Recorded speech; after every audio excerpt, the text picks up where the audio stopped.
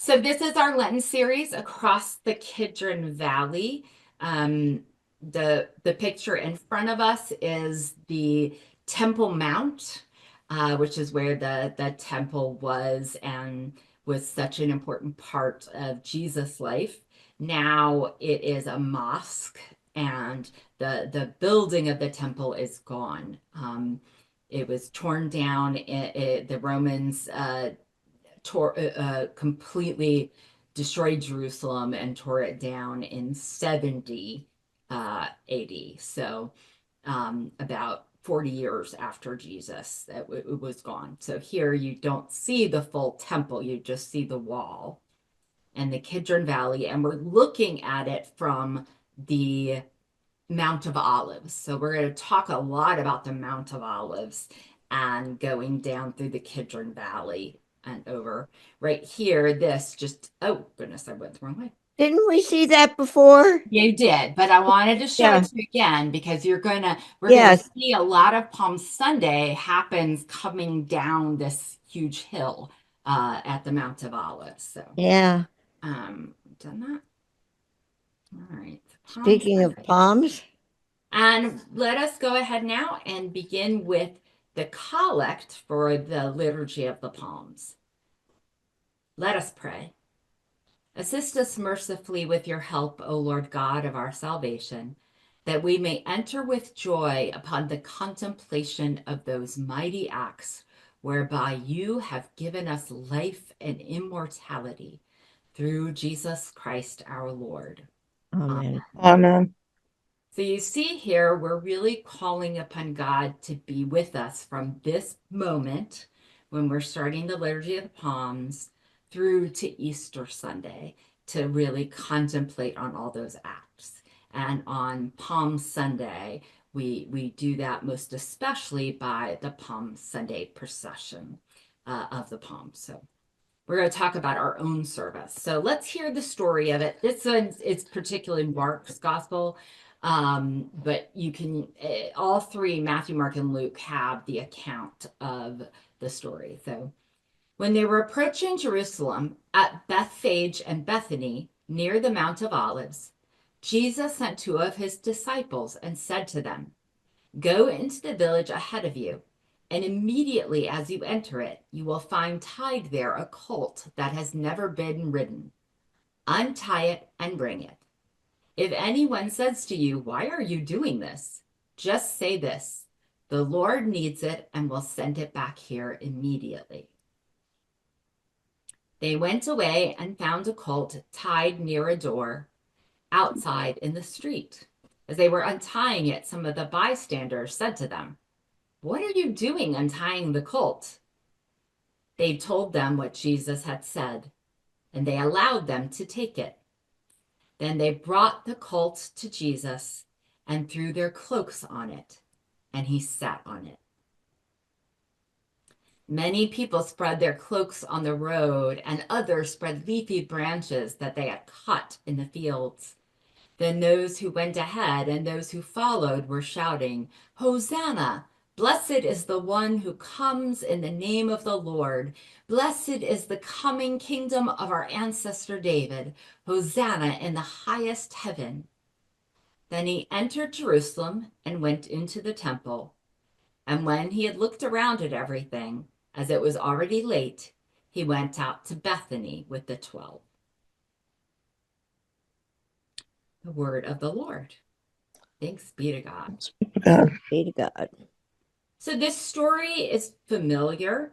It is often called the triumphant entry into Jerusalem, especially in Luke's gospel, which we're in right now, starting from halfway through Jesus' adult ministry when he has the transfiguration, when he's on the mountain speaking with Moses and Elijah, talking about what is to come. He sets his face toward Jerusalem.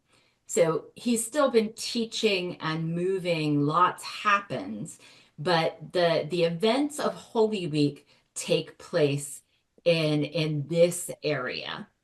So when I showed you that picture looking down the Mount of Olives, We were standing that where that picture is just above the Garden of Gethsemane. It's a very tall hill. Whether it's a mountain or a very big hill, it's very steep.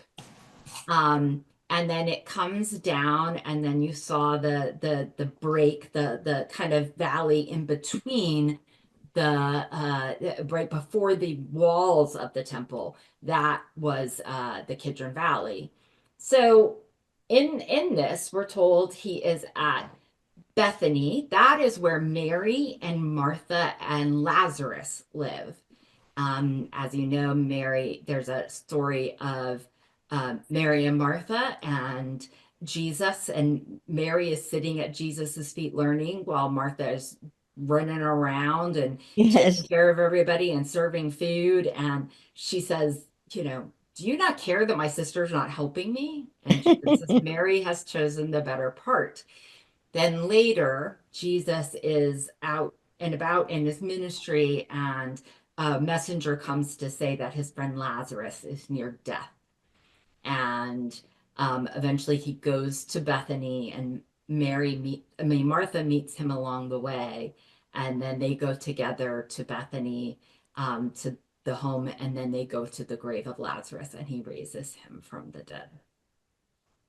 So this is, kind of up and down the other mountain. This is a fairly good distance. I mean, I don't know the exact distance, but it would probably be about 5 miles, 4 miles maybe, and most of it over the Mount of Olives. So remember how much walking Jesus is doing.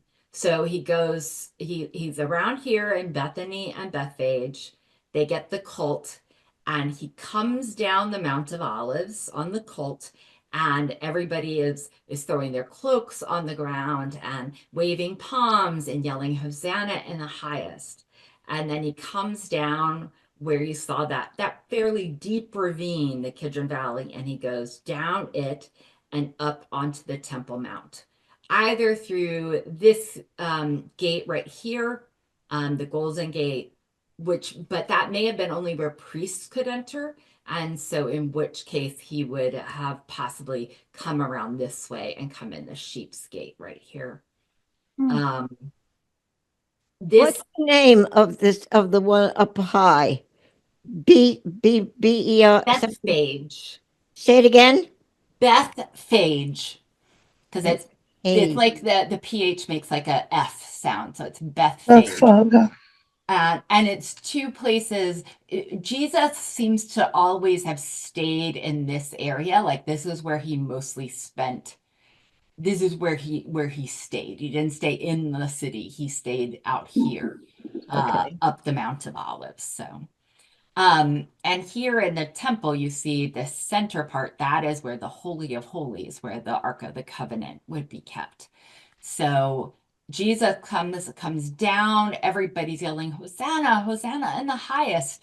And they come down singing this hymn, which is reminiscent of it's exactly what in Isaiah, in the call of Isaiah in the throne room, he says that the angels are circling the throne, constantly singing, Holy, holy, holy Lord. Blessed is he who comes in the name of the Lord. So this is really kind of representing, calling him maybe not the Son of God, but really recognizing him as the Messiah. So he comes in here, but then it says he looked around, and then since it was late and getting near dark, they all left and went back up the Mount of Olives and over to Bethany. So he comes all the way in, and then he heads right back out again. But it appears that Jesus did that a lot, where he would be out here and he would go into the city, and then he would at night he always came back to this area where friends lived and kind of where he was based. There's a place there we'll talk about tonight where he often taught. But he would come down during his time in Jerusalem during Holy Week. one of the stories that's really important is that he goes into the temple and he sees all the money changers there because you had to buy, you couldn't, like, you usually didn't take a goat or an ox or two turtle doves with you on your journey going to Jerusalem to make a sacrifice. So you bought them there, but they said you can't pay with Roman money, which is what everybody would have had. So you had to go there, change your money to get the shekels, the Jewish money that you would need to pay. But all those money changers took a cut off of it, and Jesus throws over the tables of the moneylenders. In John's gospel, it actually happens early in his ministry, but most accounts have it. So as he's entering, he comes in and out, but for the many events of Holy Week, it appears he might have gone back and forth on various days. This is another picture to give you a better idea. It's a little easier to see, but here you're up here is the Mount of Olives. Here is, oh, go back. So here is the Garden of Gethsemane and the Golden Gate or the Beautiful Gate where Jesus would have gone in or else on that side. But you can see now they have marked here Golgotha and Joseph Maria on the other side. But here's to Mount of Olives, Bethany, and Jericho. So you would go all that way. Bethlehem is down that direction.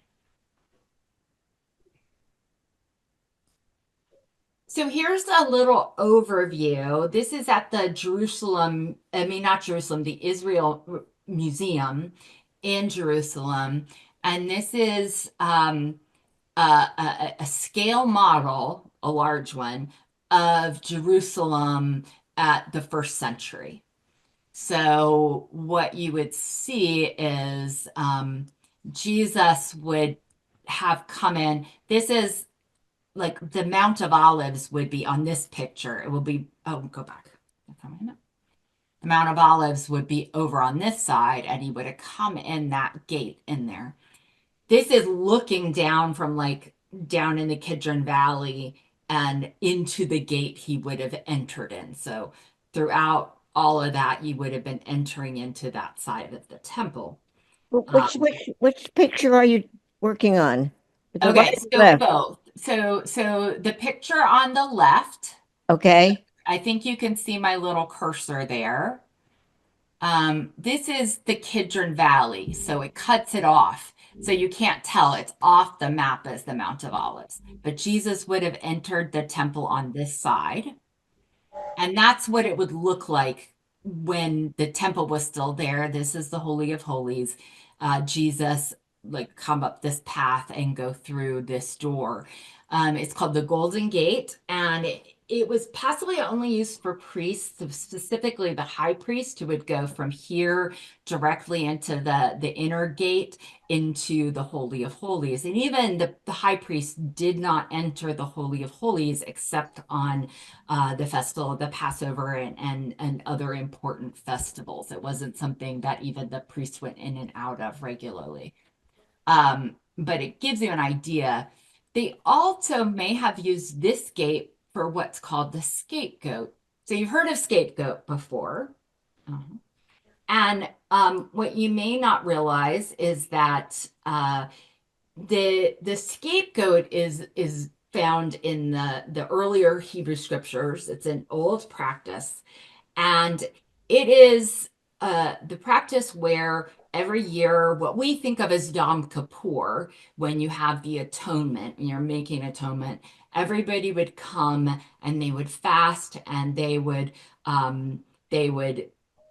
not confess their sins in the way we do, but they would come and they would lay on a goat their iniquities. So basically, this was the place where they all came together, repentant, and all the bad stuff they've done would be placed on the goat. And then the goat would be shooed out the temple gate to go off and carry the sins away with them. Um, the goat then was often along the way killed. But the idea was you put them on the scapegoat, this goat comes around. So it's interesting because if this is the gate where the scapegoat would have been torn out, here Jesus, who in a way is the scapegoat, the one taking on all of our sins, this is how he comes into the temple. Whereabouts in that motto is the altar where they slaughtered all the animals? It would have been in this courtyard, like right around here. Oh, So the outer courtyard. So it would have likely been in this area, and this would be what was really called the temple, the whole temple complex. This section over here was known as the court of the Gentiles. Gentiles could only come that far into the edge of the temple, and only the Jewish faithful could come to this area, and then only the priest. But this is where they would have done the sacrifices and burned them, and that's where it'd be. It's a good question. Okay. Get to the next one. So again, looking down, so the Golden Gate would have likely been right around here. Remember, there's no temple left. It's only the wall. Um, the temple was huge though, and I'll show you an example in a bit. But and so looking down from the Mount of Olives, you can see you have to go down pretty far and then come back up here. And the Holy of Holies, this particular mosque, the that is there, that is around the same place. Okay. So Egeria, remember our woman who is the 4th century, so maybe around 380. She traveled from what would have been in Gaul, kind of Spain, traveled throughout, not only to Jerusalem, but traveled to Constantinople, to Turkey, all around the Holy Land, into Egypt. She spent many years doing this. And so when we're going to hear about what she says about Palm Sunday and what they did. She wrote at length. So their worship of the day concludes when the dismissal has been done at the major church, that is at the martyrium. That was the church that was at the site of the crucifixion. Um, which is now under the Church of the Holy Sepulchre. Everyone hurries home to eat so that at the beginning of the 7th hour, all may be ready at the church. That is on Iliona, that is the Mount of Olives, where there is a cave in which the Lord taught. Let me go to that. I'm going to go to that real quickly first, and then I'll come back. Oh, there it is. Where's the other one? Okay. So the Palm Sunday procession, this is looking from near the top of the Mount of Olives. So I can't imagine walking up this, because walking down it was so difficult. There was a bus. Our bus dropped us at the top of the mount, and then we walked down, seeing the holy churches along the way. So the first place that she mentions they go as they're processing with the palms will be right down here, which is called Iliona. So we'll see that. I'm going to talk a little bit more about that. We'll see the place there. So let me take you back to where we. Huh.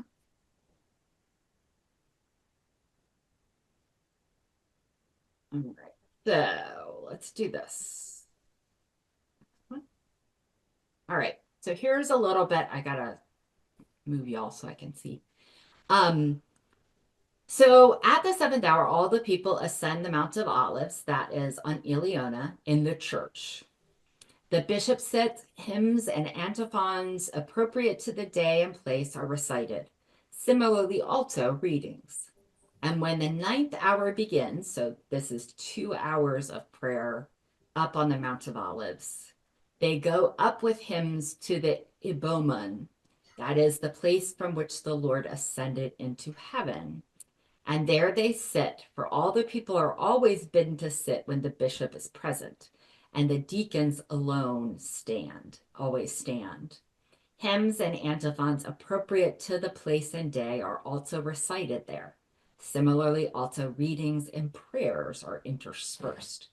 So here she is describing the what it was like in Jerusalem on Holy Week, and she gives us lots of details. She tells us where they stop along the way, and you can see it's not a lot different from what we do for our Palm Sunday processions. You know, it's best to move around, and they would always have hymns and prayers and psalms and readings. So they go to these two places, which I have pictures of in a minute. And then when the 11th hour begins, so now it's been 4 hours, there is read that passage from the gospel where children with branches and palms meet the Lord, saying, "Blessed is the one who comes in the name of the Lord." And immediately the bishop rises, and all the people go forward from there on foot, from the summit of the Mount of Olives. For all the people go before him with hymns and antiphons, continually responding, "Blessed is the one who comes in the name of the Lord." And there are very many children in these places, including those who cannot walk on foot, because they are to be carried. Their parents carry them on their shoulders, all carrying branches, some of palm, others of olives, and the olive, and so the bishop is led the same way as the Lord was led then. It's very much what we do today. And it would have been really following that same path that we showed of Jesus entering into Jerusalem. It's just when we hear the stories, we don't think about all these people walking, in this case, in a big crowd, down that steep mountain, and then later when they finish in Jerusalem, back up. And then it says, and from the summit of the mount to the city, and from there through the whole city to the Anastasis, which we'll talk about in a minute. All, even any who are noble ladies and gentlemen, lead the bishop entirely on foot, responding thus, going very slowly, lest the people become tired, and so at a late hour arrive at the Anastasis. When they have arrived there, even though it is late, Lucernare is still done. Then prayer is made at the cross, and the people are dismissed. So in a way, what they've done is they've come down the Mount of Olives. They do it with lots of palm branches, and everybody walks, even the noble ladies and gentlemen who normally would not. And they all go, and it takes so long to get there that when they arrive, it is late, and it is time for the night prayer. Lucernare was the last prayer before Compline, so it would have been a few hours before Compline. And then they make the prayer at the cross, and the people are dismissed. The cross here is referring to the piece of the parts of the Holy Cross, the real cross that Empress Helena, the mother of Constantine, had gone and searched for, and it is kept at the Martyrium, which is the church there at the site of the crucifixion. All right, so there we are again on the Mount of Olives. So we're going down. She says they started at the very top and they move down, and first they go to Eliona. And Eliona, she says, is a cave where the Lord often taught. Remember, he spent so much of his time there up the Mount of Olives. And so there's some of the olive trees you might find along the way. Hold on. Oh no. Somehow I've managed to get the wrong ones in here. So there we go. So that's inside there. That would have been like the cave where Jesus was teaching, and that's where they would have started at Eliona. Oh, I think I managed to, that's why I have a lot of different pictures in here.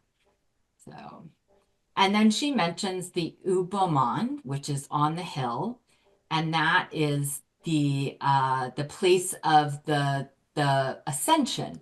Now, obviously, the ascension of Jesus happened much later, because long after Easter, 40 days, he's said to have been with them post-resurrection. But this would have been a really important church along the way. And so they stopped here to pray on their way down the mountain. It was also probably a good place to have a rest break as you've got all those people. I remember they're going slowly so everybody can keep up. So here we are in the Ibomon. This is actually now a mosque, but it's very tiny. So you'll see on the left here, this is all of us standing inside of it. So it is this little this small area.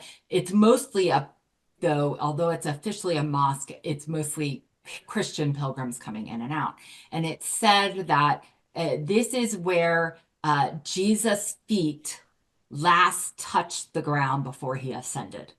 And they tell you, the guide there, who is Muslim, but they're the ones who are the guides there, said, "Oh, you can see his footprint.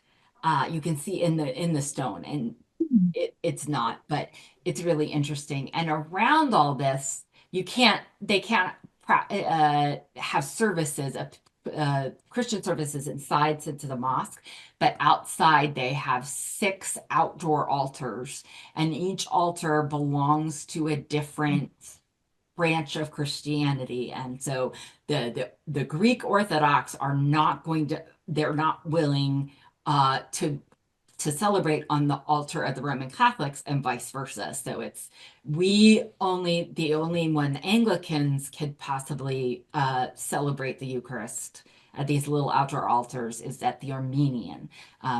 Most of the places where Anglicans are allowed to have some worship, it's the Armenians. So What's the far right picture? this one? Yeah.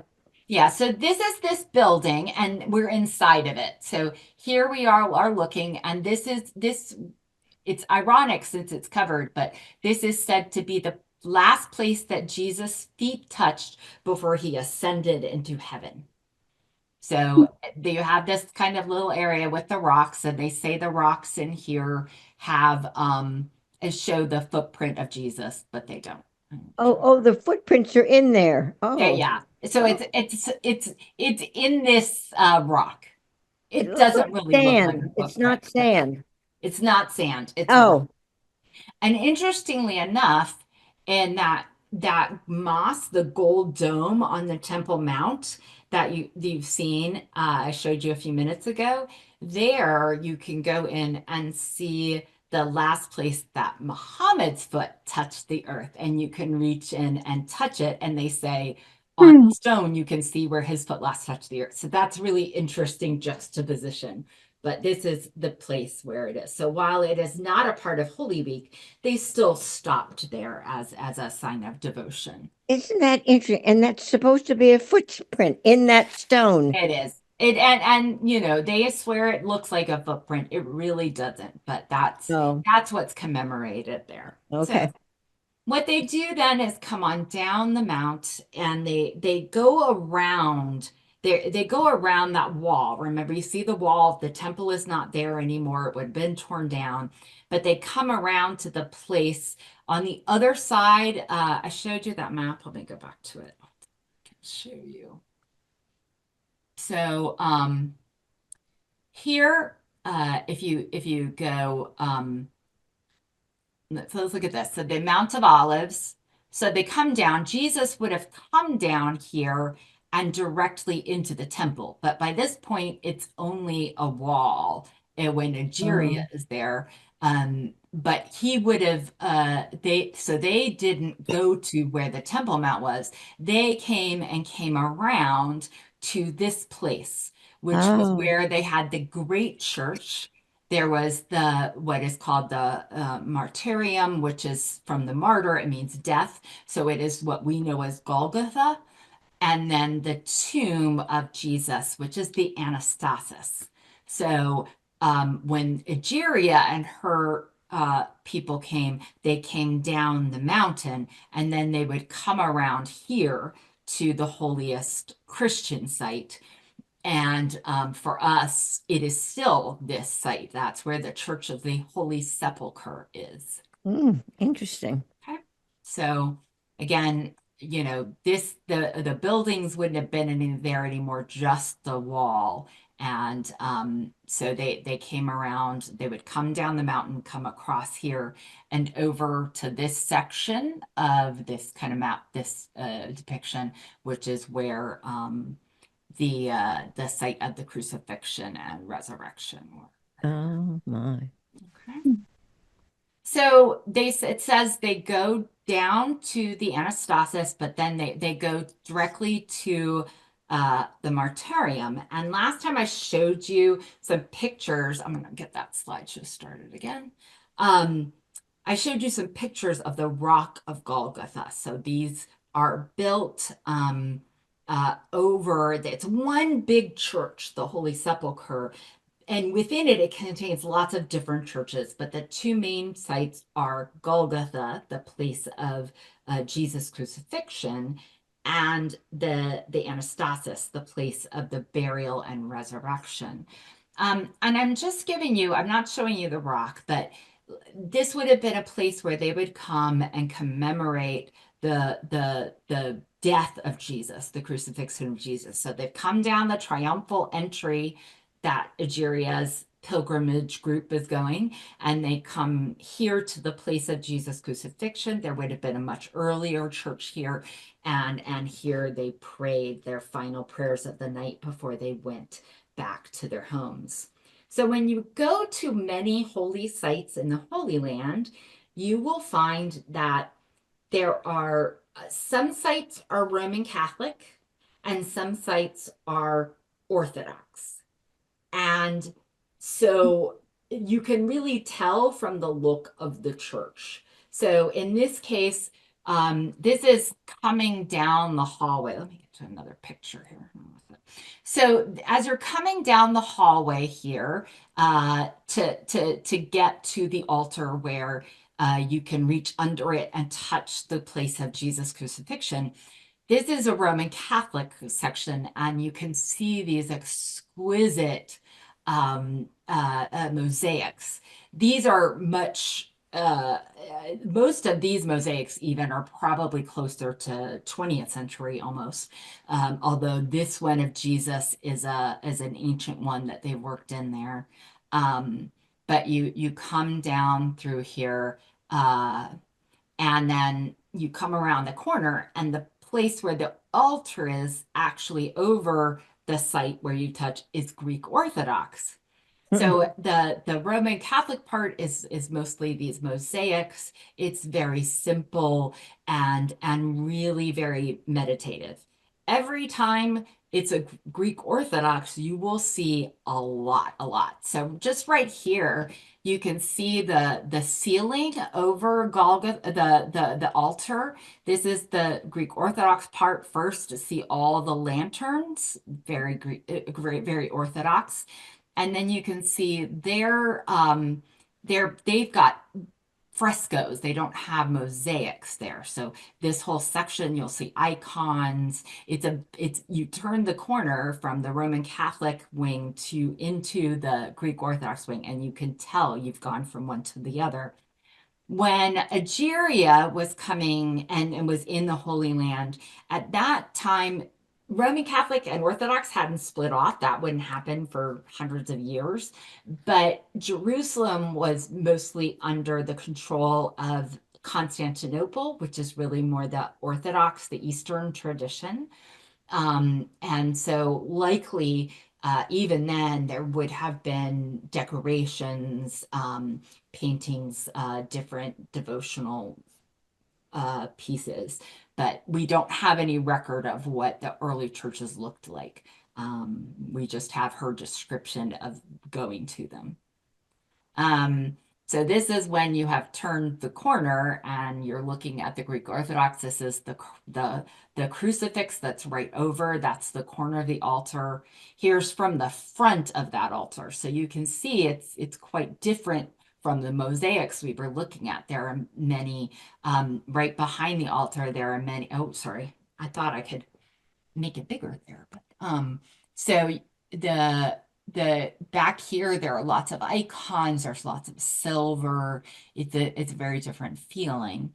And what I want to draw from that is that today, when they are going through Holy Week and Easter in Jerusalem, they have two kind of different traditions. There would be the Roman Catholic Holy Week and Easter, which would coincide with ours. And then there would be the Orthodox Holy Week and Easter, which is often a week later. We did have a couple of years ago, they fell at the same time. And there's always a hope that we'll all decide to go with one schedule. But so you will find that in Jerusalem today, you would have Palm Sunday, Holy Week, Easter for the Roman Catholics, and then Palm Sunday, Holy Week, and Easter for the Orthodox. So it is right now, unlike Agiria's time, there are lots of competing Christian denominations, trains of faith that kind of have they jockey over position in these holy places. So then around the corner from it, you have this. So she talked about, Egeria talked about the anastasis. And anastasis comes from the Greek for memory. You know, this is kind of where you is always been recognized to be the site of the tomb. So both the site of Jesus' burial and Joseph of Arimathea's tomb and of the resurrection. So as I said, Holy Sepulchre, the church, and there appeared to have been a bigger church at the time of Egeria that contained both the martyrium, the place of crucifixion, and the place of the tomb and the resurrection in it. So today, the Church of the Holy Sepulchre has this over this is the part it would be called, the whole thing would be like the anastasis, and this is the oh my gosh, I just had a moment. Edicule. So you can see it's a little building within a building, and that is where the tomb is recognized. Is it the exact place? Is it exactly the place where Egeria would have been? That we don't know, but this site of where the Golgotha and or Calvary and the tomb, that has been pretty much in the same area. Although archaeologically, there's some there's still a lot of debate about if it's this site or if it's a little further down. But this is where Christians since Egeria's time have been coming. And so I want you to see that because it's important to understand as they're going in and out of Jerusalem in Holy Week, and as we hear her story, that they were going back and forth between these two places. Whether that's because the temple is gone and so these have become the places, or I'm not sure that, no longer was the Temple Mount the holy place for us. It was the place of Jesus' death and resurrection. But get a load of the architecture. Yeah. Isn't that amazing? Right. So what's interesting is, so first of all, the Eticule, this place of the tomb, which you see the side of here, and you see it's got its own dome. That is Greek Orthodox, and so the entry of it is very Greek Orthodox. The Roman Catholics, they tend to have much more muted temple, still gorgeous. We'll see some beautiful Roman Catholic spaces in the couple of weeks, but this is where the Orthodox were. So you've seen already in the place of Golgotha, there are kind of two different styles, and people always can't always agree. So there are three major faith traditions that are under that have the main kind of authority within the Church of the Holy Sepulchre, and that's the Greek Orthodox, the Roman Catholic, and the Armenian Catholics, and which is a more Orthodox tradition, the Armenian Orthodox. And so they have their own altars here, and other traditions like the Episcopalians, we can only go up to where if we want to celebrate Eucharist or have a holy place, we can only go to an outdoor altar that belongs to the Armenians. So, but look at this dome. As you said, Barbara, it is stunning. Well, this dome was in dire need of work for Oh, decades. They needed to do a lot of just engineering and architectural changes to keep it safe, and it was going to involve tearing out a lot of it, the dome. And so they all knew what they needed to happen, and they weren't even necessarily fighting over the cost of it, but they were fighting over what it would look like. yeah. And so here you are. It's so sad that you go to this holy place, and for a couple of decades before they could finally agree on a design, it was held up because the different church They authorities couldn't agree. And is agreed. it concrete or plaster Yeah, or something? it's concrete and stone. Uh-huh. So yeah, it is all, and I'm sure when they redid all this part up here, I'm sure there's steel kind of underpinning it. Yeah. But oh, go back, go back. Okay, so you'll see here in the roof now, they finally did it. They finally agreed on a design. And this design is kind of the center,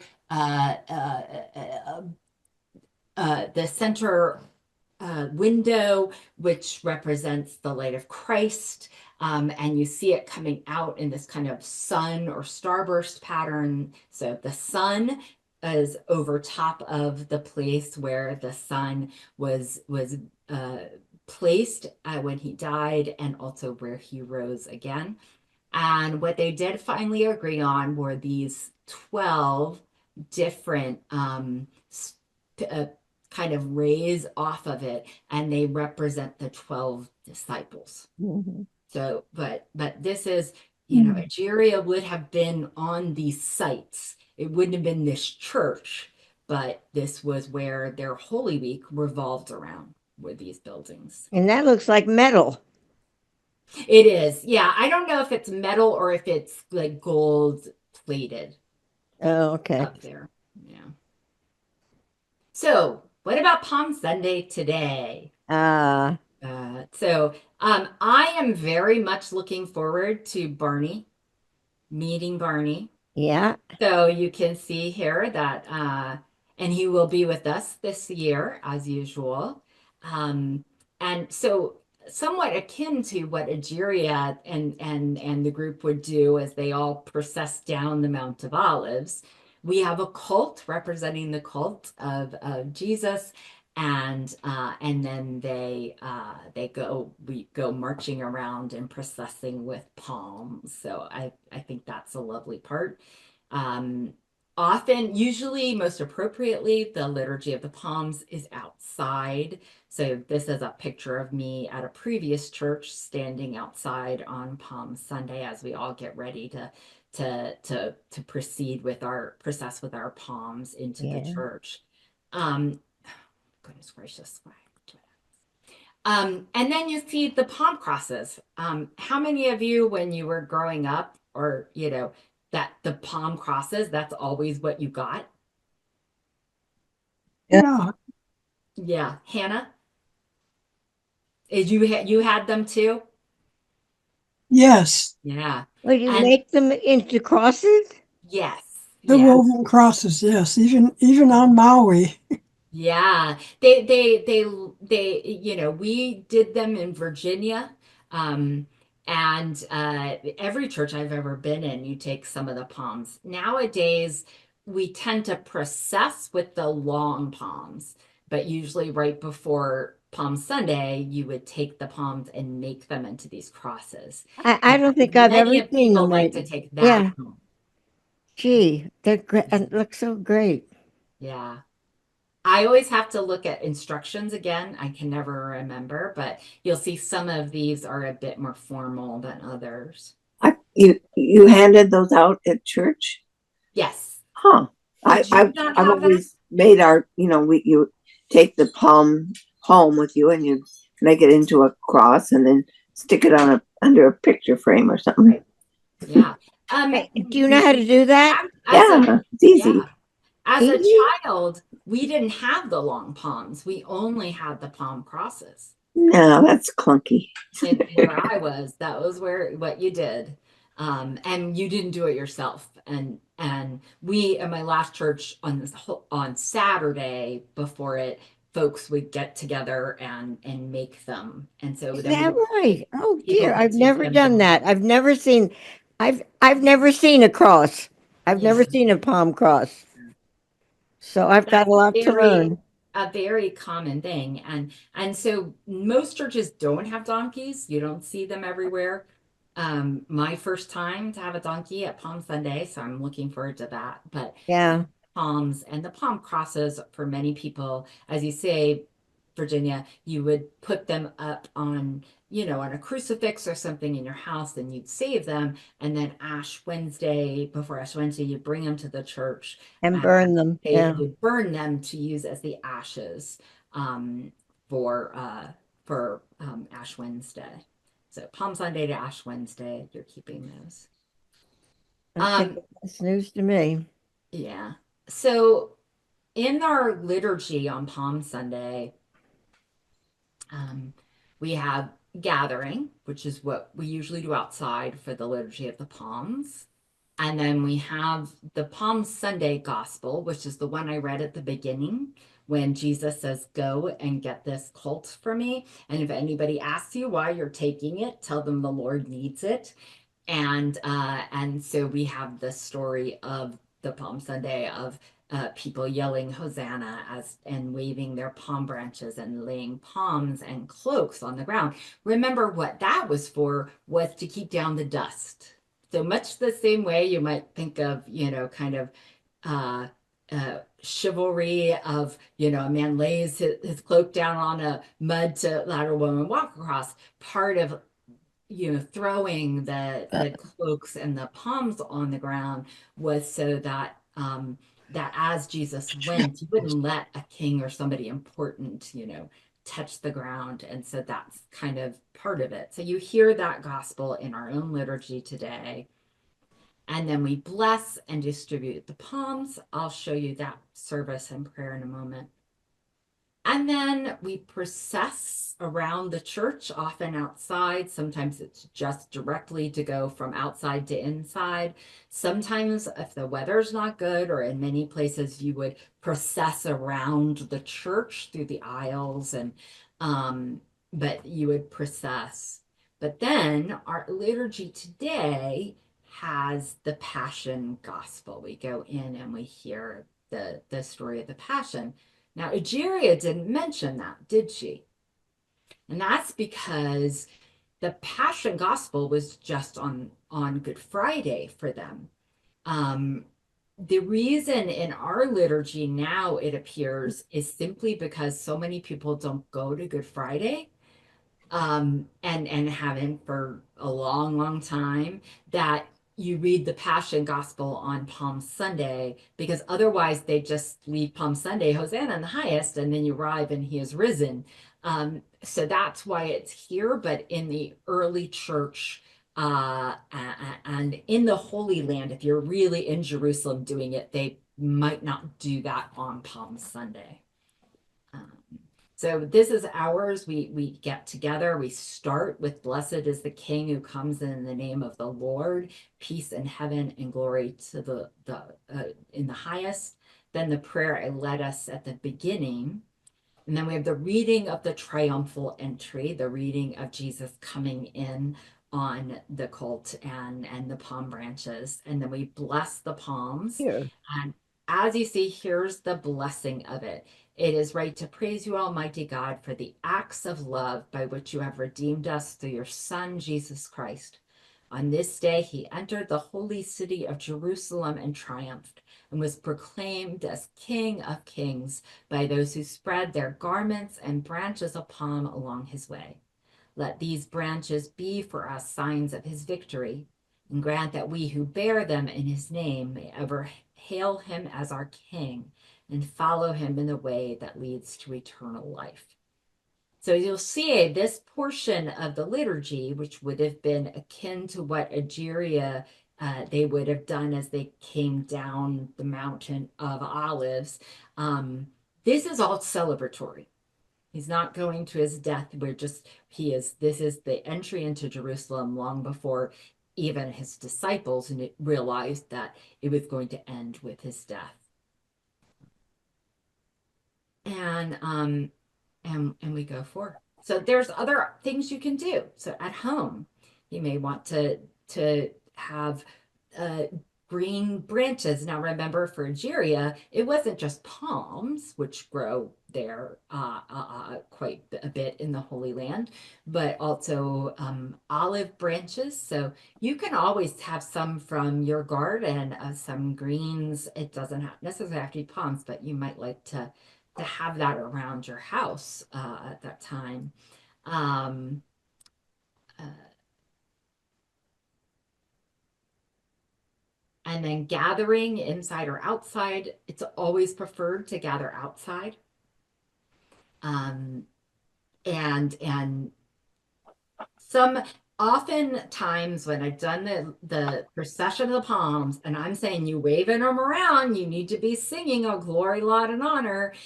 People are kind of, no, these people would have been just ecstatic. This is this is something that they would never see, in that day, such a gathering of people, both Jesus entering Jerusalem and then the people that Egeria is with. It was really amazing, but it's all outside. So we try to do as much of it outside as we can. And then you have the reading of the Passion. So on the reading of the Passion on Palm Sunday, often it is done as a play almost, that you have the people reading different parts, and we as the congregation have the parts of the crowd. Crucify him, crucify him.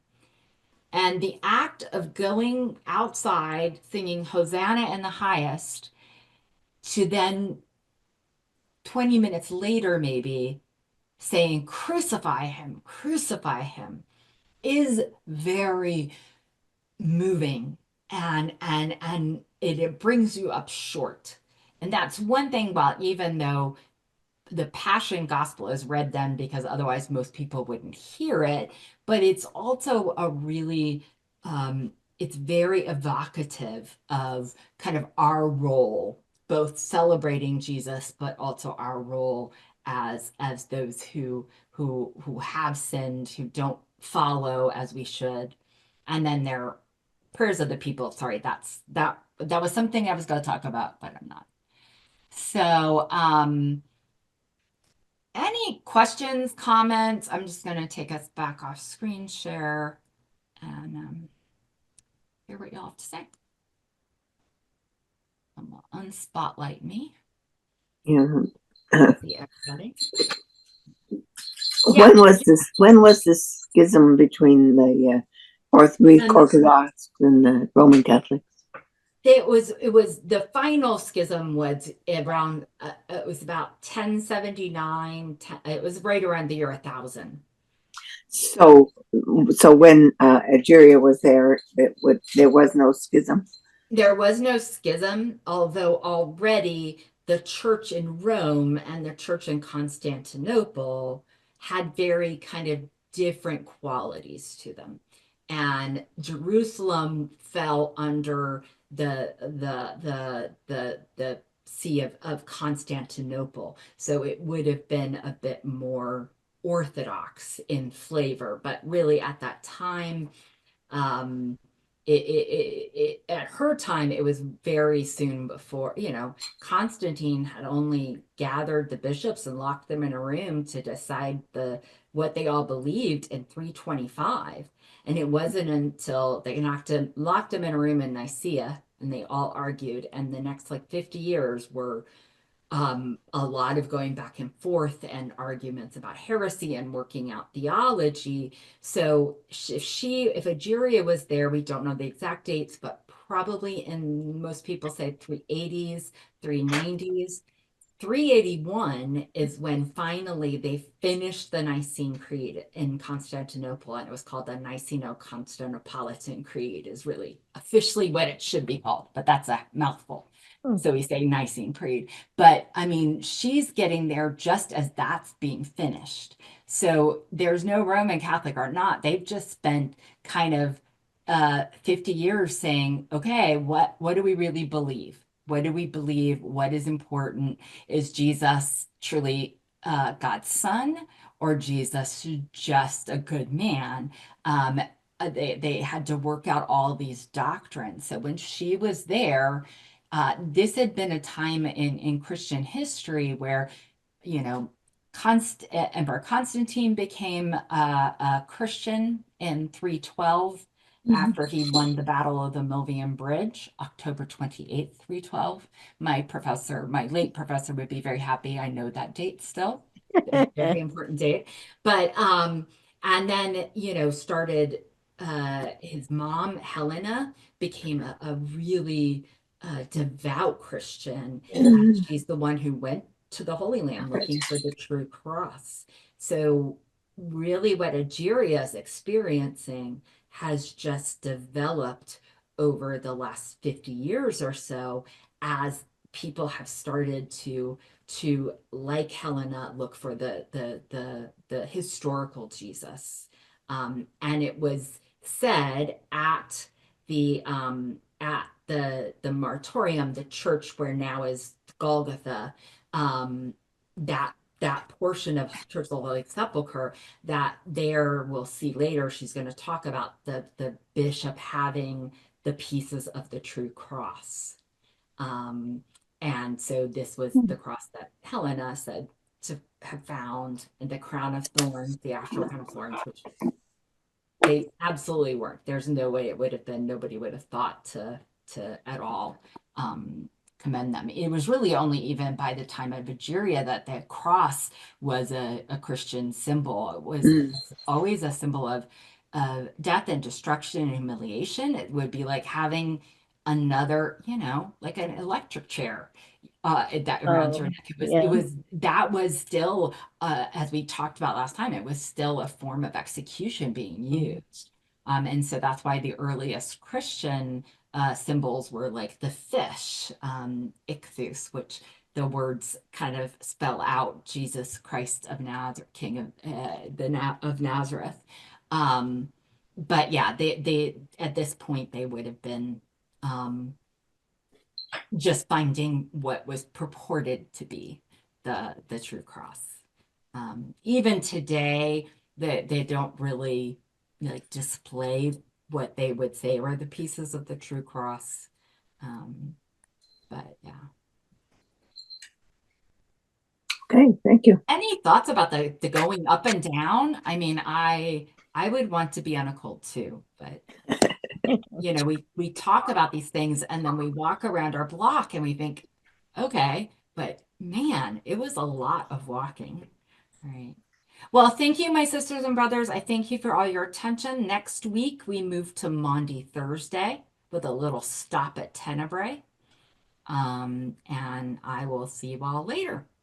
Okay, All right. God bless Right. everybody. Thank you very much. Bye. Thanks. Bye-bye. Thanks so much. Thank Bye-bye. you. thank you.